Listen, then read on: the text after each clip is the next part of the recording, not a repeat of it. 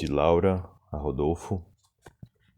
Ainda que nunca te encontre de novo, onde houver uma noite bem luarada, minha boca te balbucia. Sempre poderás ser outro, não te sei. Não temeria, não temeria te querer por engano, amando bem a outrem. Paixão de infância logo se perde, caro. Mantê-la é tesouro, pejado de tolice. Entretanto, tesouro. Nos rostos existe algo teu, familiar. Talvez os centros dos olhos chispem aquela tua fagulha. Torsos e lágrimas são semelhantes. Gente retorcida de ansiar e desansiar, gente humana, eu e tu. E pensar que até ontem te esquecia. Quem diria? Até ontem te ignorava. Passo hoje, passado ele te entendo, também se pudesse te procuraria, ainda que em silêncio. Um cigarro se apaga no cinzeiro agora.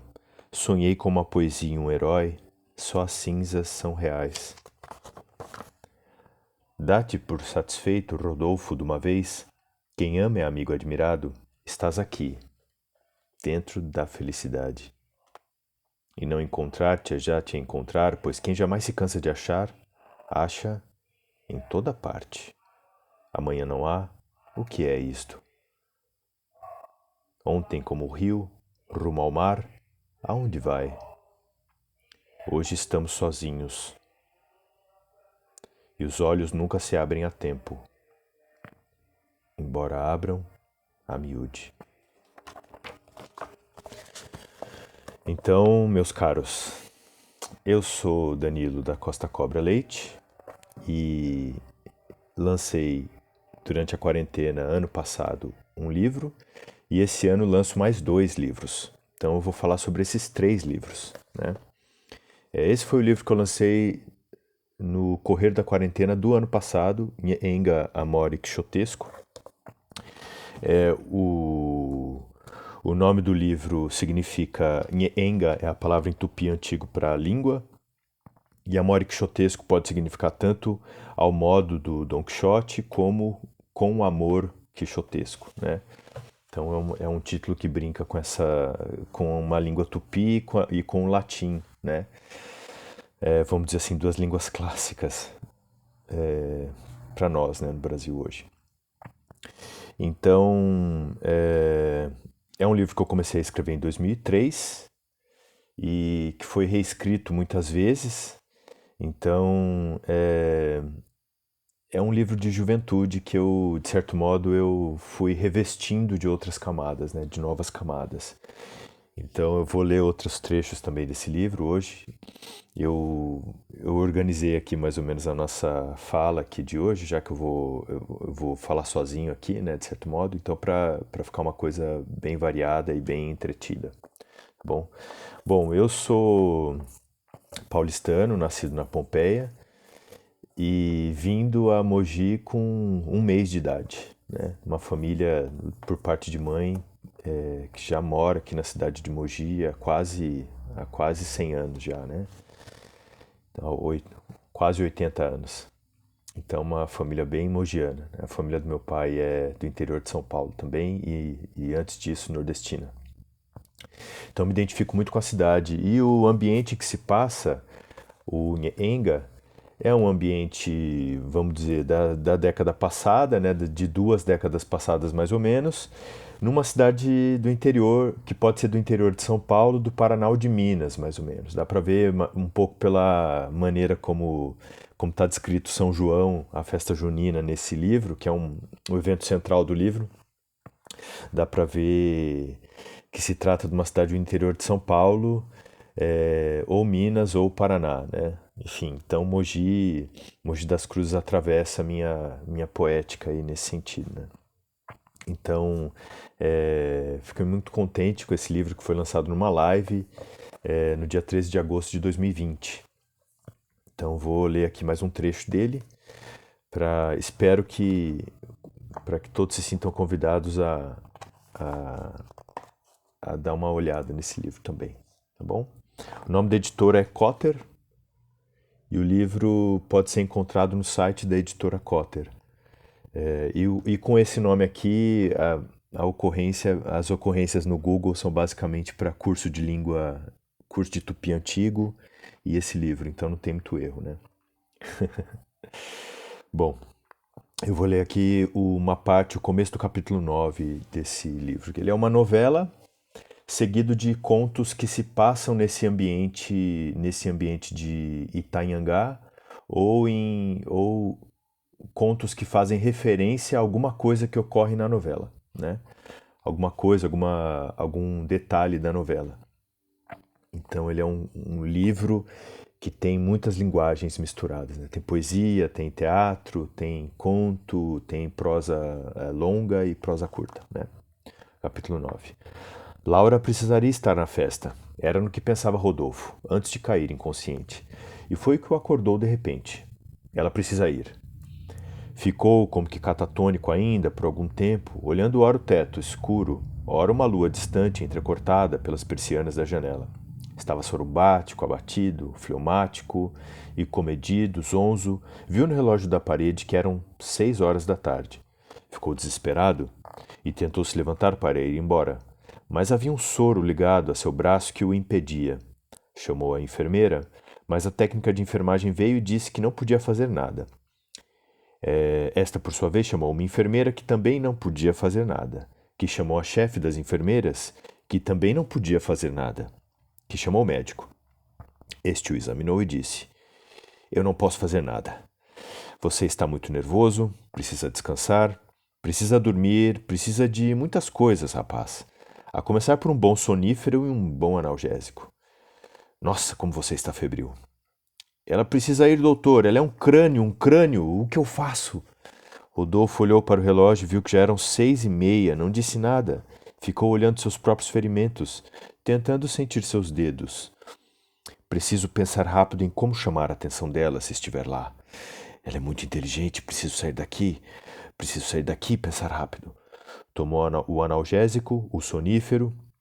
Já estava meio sonolento novamente quando perguntou à técnica de enfermagem. Ela tinha ficado para ver se ele dormiria sem maiores problemas. A que horas começariam as festas? A festa começa às 8h30 da noite, quando o prefeito vai fazer um discurso e depois do show vai começar. A quadrilha funcionária falava docemente, as vogais eram ouvidas com lentidão, sua capacidade de fixar a atenção esporou, caiu dormindo no meio da frase. Então esse é um trecho do capítulo 9. Agora eu vou ler para vocês um trecho do exercício número 8, um dos contos do livro. Eu vou ler a parte final do exercício número 8. Qual é a empresa que leva até Itanhangá? É o Expresso Paulatino. Oi? Palatino. Desculpa. Ouvi outra coisa. Minha cabeça... É que o trânsito está tão lento que essa palavra veio à minha cabeça. Paulatino. Dentro de 5 minutos no máximo estaremos lá. Me diga aqui, a minha filha me contou que você era esportista. Eu não sabia que o montanhismo deixa a pessoa em tão boa forma. A senhora me deixa sem jeito assim. O montanhismo é muito exigente. Com certeza, preciso manter o fôlego em dia. Correr de vez em quando, faço musculação e joguei muita capoeira em moleque. Você precisa dar umas dicas ao Sérgio. Já estive muito melhor, Márcia. Uma época corria 15 quilômetros em 40 minutos. Que marca! Veja bem, não é necessário ser magro ou musculoso para o montanhismo. Isso que é o bonito no esporte. É quase uma expedição científica. De todo modo, você leva a sério o papo de manter o fôlego. Malhando, então, deve aguentar 40 horas de caminhada. Obrigado, Márcia. Imagina, rapaz. Aceite o elogio. A Lalá tem bom gosto. Vou me lembrar do que você está falando se um dia formos apresentados em outro contexto. Ah, então vocês dois ainda têm alguma coisa? Por que estou perguntando isso? Ele vai achar que estou dando em cima dele? Que péssimo. Quero dizer, torço muito para que ela seja feliz. Também, Márcia. Ela é uma pessoa especial. Você deveria tentar aparecer na cidade no mês de junho, julho, agosto. Tem muita cantoria, seresta, folia. Me contaram. Sarau improvisado, sarau, seresta, mas tem karaokê na cidade. Pede para minha filha te levar. Até folia de reis tem. Lá no distrito de Itapetipeba, nossa, folia de reis. Tá aí um negócio bonito. Meu avô tocava nas folias, ele era violeiro muito habilidoso. Também tocava sanfona. Você o conheceu? Já velhinho, caquético, teve 18 filhos. Quando minha mãe nasceu, ele tinha 60 anos. E tua avó? Ninguém sabia ao certo, mas é só fazer as contas. Ele deve ter pegado uma menina para criar e já entendi. Era como antes, né? Na minha família não se comenta nada. Ih, sei bem como é. Minha mãe se casou com 14 anos. No interior? Que nada. Aqui na capital, menino. Perto da Água Mole. Sei onde fica. Pronto. Parece que chegamos. Vou descer aqui mesmo, muito obrigado. Que é isso, Márcia, que é isso? Depois dessa conversa boa de agora, faço questão de deixá-la na porta do Expresso Palatino. Isso, Palatino. Tudo bem, mas tem essa filinha de carros. Tranquilo, me diga, dona Márcia. Quando você entrou no carro, você disse que um casamento muito longo tem outra magia. Me explica melhor o que você quis dizer. É outra magia. Sim, mas qual magia? O que muda? O que muda? Tudo. É difícil manter um casamento longo. É sim, é preciso ser um pouco resignada, um pouco tolerante, um pouco perseverante. Resignação, tolerância e perseverança. Não parece algo atraente para um solteirão convicto. Não é para ser. Relacionamento é uma opção radical de vida. Não é melhor a poligamia? Não é melhor se deixar levar? Esta também é uma opção radical. Todas são. Explica melhor o casamento então, Márcia. É preciso ser um tanto resignada com a infelicidade inerente à vida. As relações, emoções, realizações. Coisas dão errado e fazemos o mal querendo e não querendo. Interessante. Para não culpar ninguém pelos nossos próprios demônios, entendi. Tolerante com o parceiro, parceiro e consigo mesma. Já que não existe perfeição, não existem muitas promessas de felicidade nisso. Essa resposta é típica do Sérgio. Tem certeza de que vocês não se conhecem? Certeza. A felicidade é uma ilusão complicada que tira o foco daquilo que podemos conquistar e cobrar dos outros. É um ponto de vista honesto e sem nenhuma magia, então. A magia. Não tem magia, Márcia. Admita. A magia é amadurecer, ficar mais firme, assentar, pegar uma pátina. Pátina? Isso mesmo. Como uma estátua. Pátina? Não se esqueça da perseverança, é preciso ser perseverante, porque sem isso nenhuma relação dura. Com orientador, empregador, namorada, marido, filho, consigo, qualquer um sucumbe. É difícil resistir? É sim, R. Já imaginou defender sozinho uma cidadela? O quê? Você já ouviu falar do cerco de Stalingrado durante a Segunda Guerra Mundial? O cerco de Stalingrado? E esse é um trecho do exercício número 8 da, da, de Enga Mori Quixotesco. Então, é um livro assim escrito com muitas referências, né, mas que muito baseado nesse ambiente mogiano, né? Então, assim, eu queria mencionar um pouco essa relação que eu tenho com a cidade de Mogi, né, que eu acho que é importante para ficar uma coisa um pouco mais entretida para quem estiver aguentando esse vídeo até o fim, né? Então, assim, eu tenho um pai e uma mãe que são muito ativos desde a década de 70 e 80 aqui na cena cultural de Mogi das Cruzes, né? Meu pai foi professor na UMC, se chama Ayrton Andrade Leite. Ele fundou a associação de moradores aqui, milita em movimento de cultura, e fundou o jornal chamado Espalhafatos nos anos 80, que teve figuras da intelectualidade mogiana importantes fazendo parte, né, desse jornal, como o Mário Sérgio de Moraes, que foi meu professor no colégio também, e outras figuras também, né? O Rogério Centofante, o Cid também, eram memórias de infância para mim, né? Minha mãe, ela fundou o grupo Zapt, de teatro de boneco aqui em Mogi, e fundou o Cordão do Zé Magrelo nos anos 80. Então, minha mãe se chama Elisete da Costa Nunes, é uma artista completa, assim, uma pessoa muito iluminada, assim, e tem uma pesquisa de linguagens artísticas muito profunda, né? Ela, ela escreve também, minha mãe. E eu tenho um irmão, o Caio Costa Amaro, esse é o nome de pluma dele, Caio Costa Amaro, que lançou esse livro aqui em plena quarentena também, que se chama O Imperador Koch e o Seu Sonho de Voar. Então, para quem tiver curiosidade de ver o meu canal no YouTube, que tem literalmente meu nome, Danilo Costa Leite, se eu não me engano, ou Danilo da Costa Cobra Leite. Então, se colocar Danilo Costa Leite, vai aparecer o meu canal no YouTube. E eu faço uma resenha desse livro do Caio, que é meu irmão, mas que se não fosse meu irmão também seria assim, seria um super interlocutor, porque ele tem uma linguagem muito própria e ele cria uma fábula, vamos dizer, pós-moderna, é, que é muito bonita, porque é uma homenagem ao gato dele que foi morto por um vizinho, algum vizinho dele, alguém da região dele. O gato se chamava Cote, justamente. Então, eu nunca ouvi falar de alguém que tenha escrito um livro em homenagem ao animal de estimação. É um livro de ficção, né? Talvez um livro em outra linguagem. Eu realmente nunca ouvi falar de alguém que tenha escrito um livro em homenagem ao animal de estimação. Filosofias de um Telhado de Praça. Então tem uma linguagem muito legal e é muito fácil de encontrar esse livro do Caio, porque o site se chama imperadorkot, Kot.com.br. Então é um livro muito simples de ser encontrado.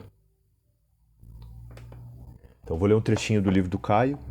Eu ainda tenho mais 2 livros que abordar, então aguenta a mão aí que vai dar tudo certo, tá bom? Então aqui, esse é da página 120 do livro do Caio, o Imperador Koch. Alo insistiu projetando ao máximo a sua voz. Sabia que era sua última chance. O plano é pegar as asas de um alado e colocar em você. Pura magia. Imperador Koch sentiu um choque mental, mas ainda assim um choque. Os roedores são mesmo inteligentes. Salvador Codorna, com os olhos cerrados, não compreendeu exatamente se a fala do gatuno se tratava de uma ironia ou crença. Optou por acreditar no deboche. Agora vai. Eu amo vocês, meus queridos. Mas antes que viessem as agridas, o roedor do amor mudou seus planos. Com os olhos fechados teria pouca visibilidade na guerra. Arregalou os olhos, as gemas, para garantir um desempenho mais apropriado para as esquivas. Encarou o gatuno e, assim feito, pôde notar algo que desarmou a sua selvageria. Constatou que o seu melhor companheiro havia retornado do desânimo. Foi vestido de confiança que o velho brilho na essência do Koch estava de volta. Sua cauda, apontada para cima, formando um gancho a tremelicar em um miado agudo, eram sinais de alegria. Avançou com seu corpo à dianteira dos outros roedores que já estavam quase irrefreáveis. Teve que ser imediato e firme. Calma, amigos roedores, não ataquem, não ataquem. Parem, por favor. Então, é um livro que tem uma linguagem, uma poética muito própria, né? Um uso dos substantivos e adjetivos que é realmente uma nova...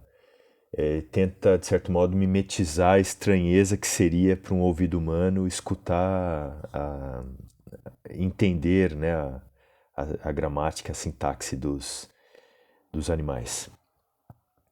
Então aqui eu vou ler a 4ª capa do Imperador Koch, escrito pelo Gabriel Moreira Monteiro, Coiso Bock.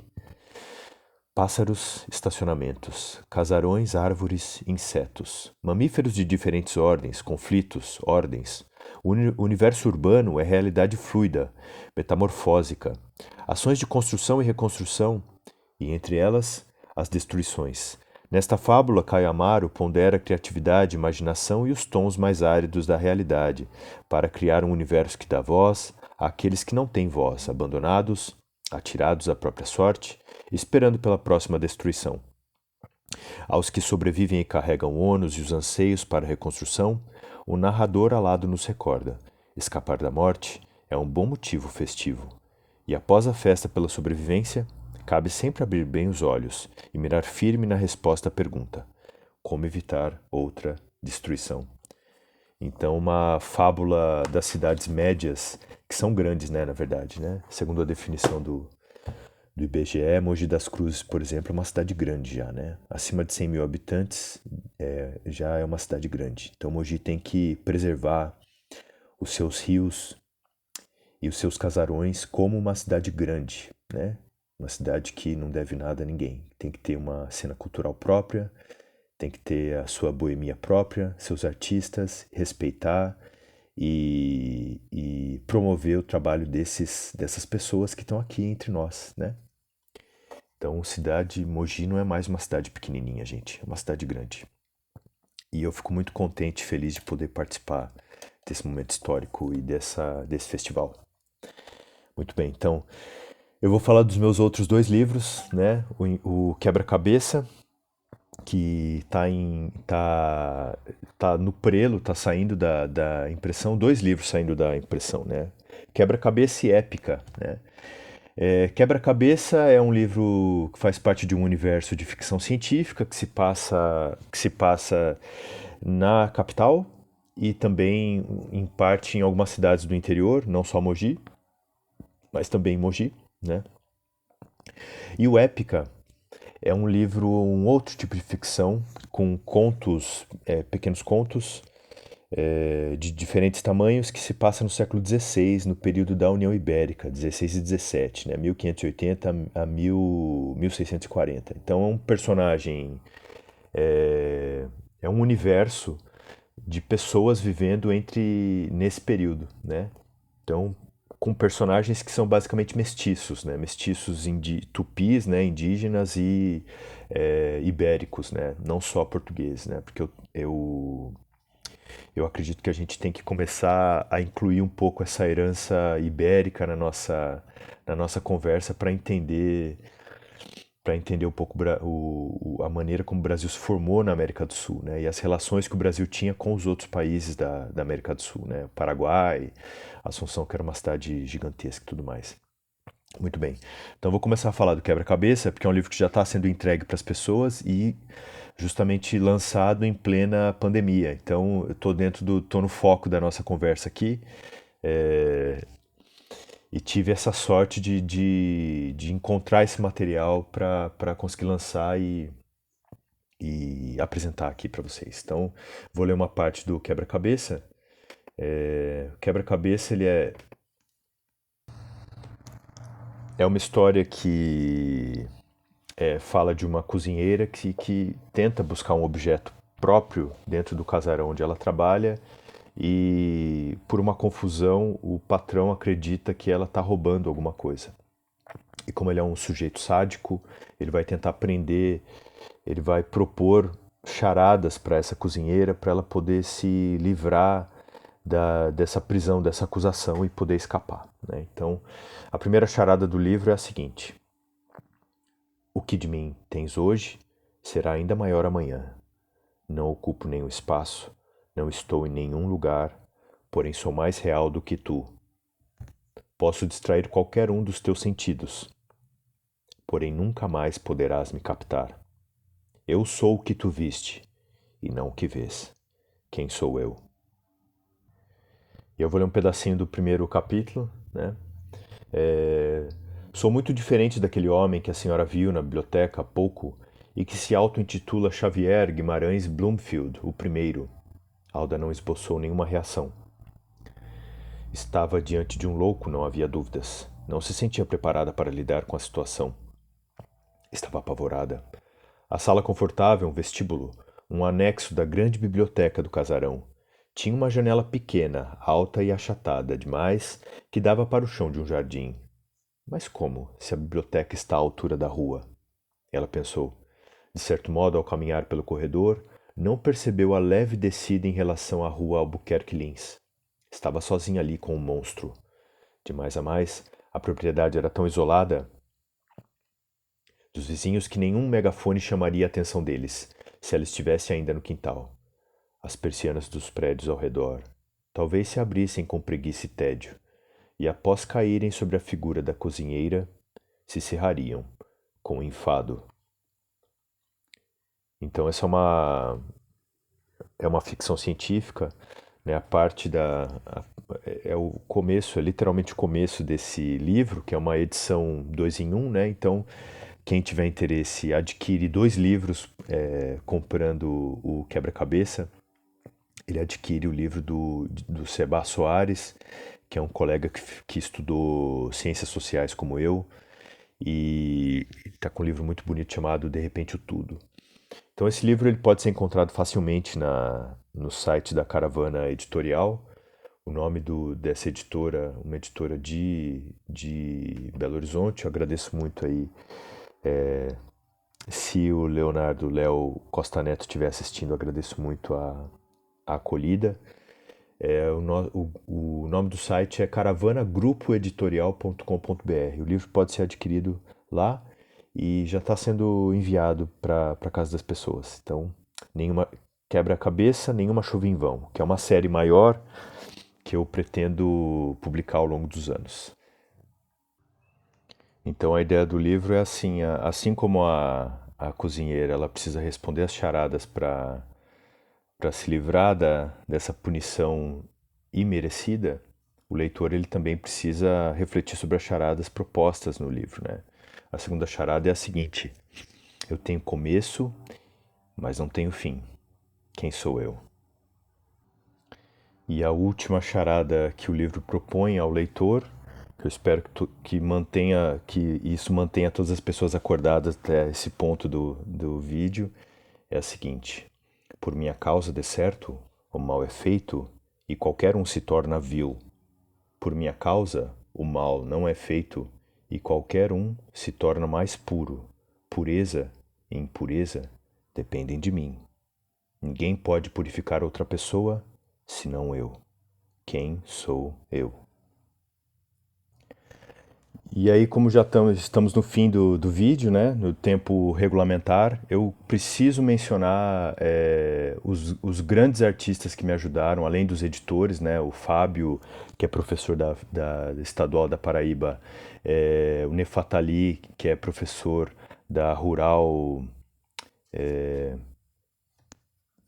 do Pernambuco. Também agradecer muito ao Fabiones, que fez a ilustração do Épica, que são ilustrações maravilhosas, e a ilustração do Rico Ribeiro para o Quebra-Cabeça, que também são ilustrações maravilhosas, que são ilustrações bem figurativas, o estilo é muito diferente dos dois, os dois livros são bem diferentes, o Épica tem ilustrações do Fabiones e o Quebra-Cabeça ilustrações do Rico Ribeiro, né? Então pretendo ainda, com sorte, fazer uma exposição dessas monotipias do Fabiones, que ele fez um formato específico para a gente pensar numa exposição depois. E as capas do André Titzmann. Se eu puder, eu vou anexar em algum lugar, mas que são capas também que eu escolhi a dedo na obra do André Titzmann, que é um artista plástico que mora em Caraguatatuba. E um abraço a todos, editores, ilustradores e pintores, capistas, né? Débora, Lucas, que trabalharam na Mentes Abertas. A Itana também, que trabalhou com a capa e com o miolo do Quebra-Cabeça. E se vocês me autorizarem, eu vou ler um conto do Épica que teve a alegria de ser lido pelo grande grupo Puto de Curitiba, que tem um canal de leitura de contos, um canal maravilhoso que todos deveriam conhecer, porque tem obras de muito renome no país todo. Obras engajadas e feministas e também identificadas com escritoras negras e tudo mais. É um trabalho maravilhoso que eles têm de curadoria do canal do YouTube deles, no projeto Brasil em Prosa e Verso. esse conto foi lido magistralmente pelos integrantes do Grupo Puto de Curitiba, a quem eu queria agradecer também, aqui publicamente. Eu vou ler, humildemente, eu vou ler aqui também o conto chamado Medidas Baldadas. E como o tempo regulamentar são 30 minutos, então agora é o extra, vamos dizer assim, né? Esse livro Épica, ele se encontra, Épica com Y, porque é uma... eu cunhei uma palavra em tupi que eu não encontrei no dicionário do professor Fernando Navarro, baseado no verbo epic, que é vingar-se, né? Então eu cunhei o que seria um substantivo épica, né? O certo seria réplica ou xépica, alguma coisa assim, né? Eu sou um mero gafanhoto na arte do tupi antigo. Então peço desculpas ao professor Fernando Navarro se um dia ele ouvir falar da barbaridade que eu fiz, mas foi com bom coração. Medidas baldadas. O físico, Dr. Góes, não se cansava de dizer que as sangrias e as beberagens não curariam o vice-rei na região de Cartagena. Nem as rezas constantes ou a romaria mais recente. Medidas baldadas. Ele falava em português porque pouco lhe importava se o compreendiam ou não. Os do navio estavam em quarentena. De nada adiantava protestar e, ademais, os da terra queriam mesmo é que morressem bem pesteados e levassem a caterva de coletores de impostos para o abismo mais profundo dos infernos.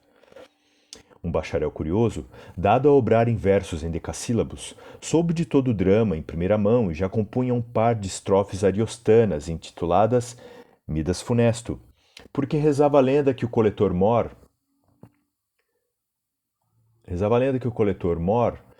que convencer o vice-rei a fazer a parada em Tenerife, apesar dos avisos dos nativos, havia naufragado 17 anos antes no Caribe e que seus préstimos ambíguos eram tais. Davam lucro, porém matavam no final. Se o médico ouvisse aquela lalia, diria seu medidas baldadas, e não estaria errado. Agora a situação era esta. Um terço da tripulação morta e sem enterro digno.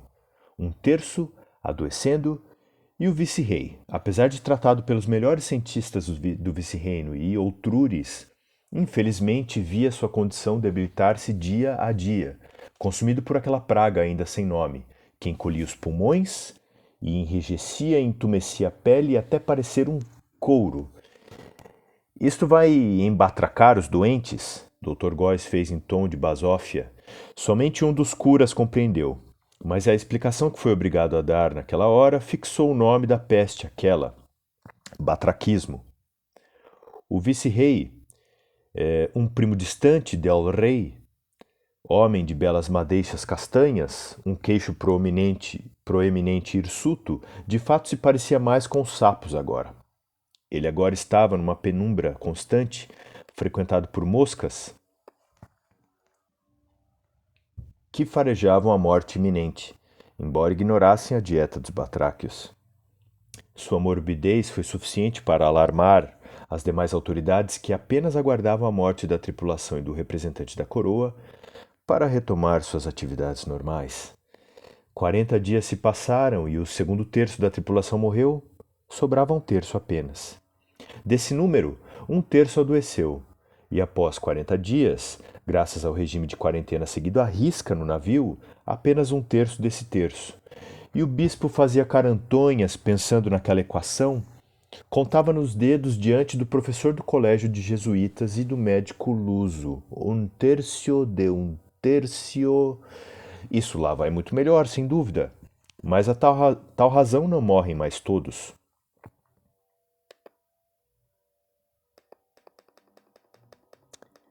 Senão, num tempo infinitamente distante. E grunhiu o médico uma risada. O único doente em terra morreu na véspera do dia de Reis. Seu corpo estava esverdeado, aliás, como das pererecas coletoras de impostos lançadas ao mar. No dia de Reis, o bispo, que benzera o sapo vice-rei in extremis, percebeu que as moscas sobrevoavam sua cabeça. Em poucos meses, Elas estavam sobre toda a corte. Uma nuvem densa e fétida acompanhava os movimentos dos principais da corte.